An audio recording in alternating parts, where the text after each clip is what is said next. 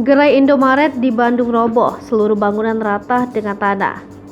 Secara mendadak, sebuah bangunan Gerai Indomaret yang berada di wilayah Pasir Jambu, Kabupaten Bandung roboh pada Kamis 15 September 2022, sekitar pukul 15.30 waktu Indonesia Barat.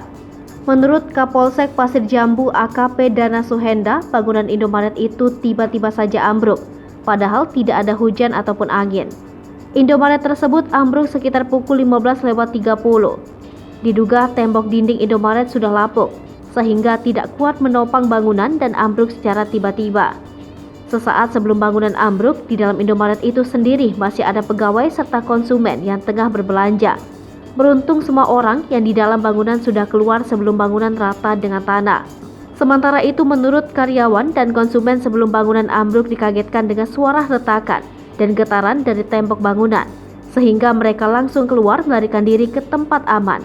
Walaupun tidak ada korban jiwa, namun 2 unit sepeda motor tertimpa reruntuhan. Atas peristiwa itu, pihak kepolisian masih menyelidiki penyebabnya.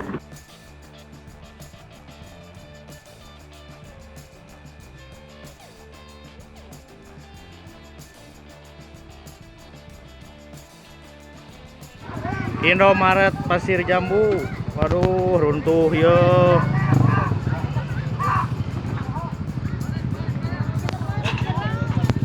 Kayaknya di jero. Saha?